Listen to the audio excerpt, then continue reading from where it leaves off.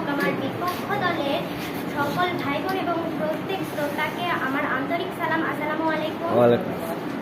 আমি ষষ্ঠ শ্রেণীতে মোহাম্মদ উম্মে হাফসা ইভা বিতর্ক প্রতিযোগিতা জলবায়ু পরিবর্তনের সচেতনা বিষয়ে পক্ষ দলে উপস্থাপন করছি।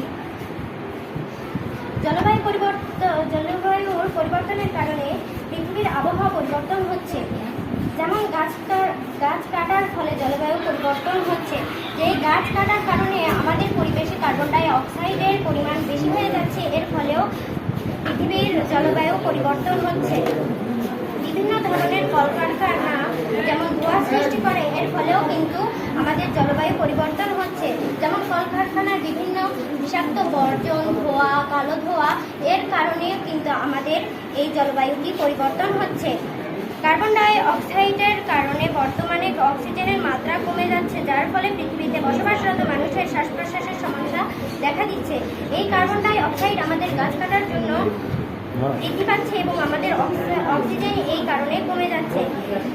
তাই আমাদের গাছ রোপণ করতে হবে এবং গাছ আমরা রোপণ করব, যার ফলে এই কার্বন ডাই অক্সাইড বৃদ্ধির ফলে আমাদের পৃথিবীতে বসবাসরত মানুষের এই কারণগুলোর কারণেই শ্বাস প্রশ্বাসের সমস্যা হচ্ছে।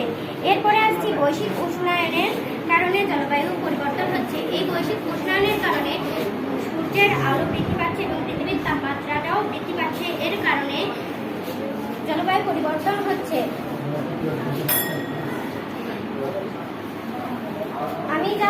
আমি এই যুক্তি আমার বিপক্ষ দলকে প্রমাণ করতে পারবে। আমি যে কথাগুলো বললাম তা অবাক সূচক বা এগুলোর কোনো মূল্য নেই। আমি এখানেই আমার বক্তব্য শেষ করছি। আসসালামু আলাইকুম।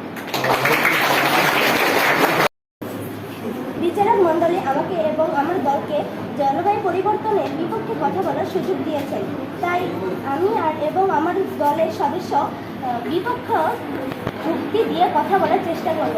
আমি স্টেপ বাই স্টেপ কথা বলার চেষ্টা করব। প্রথমে একটি বিষয় পরিষ্কার করে নেওয়া দরকার যে জলবায়ু পরিবর্তনে একটি বৈশ্বিক সংকট। জলবায়ু পরিবর্তনের ফলে আমাদের দেশের অনেক ক্ষতি হচ্ছে, কৃষকদেরও অনেক ক্ষতি হচ্ছে। এই জলবায়ু পরিবর্তনের ফলে আমরা অনেক ধরনের ক্ষতিগ্রস্ত হয়ে পড়ছি।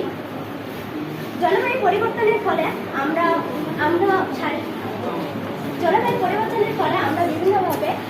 বিভিন্ন রোগে আক্রান্ত হয়ে পড়ছি।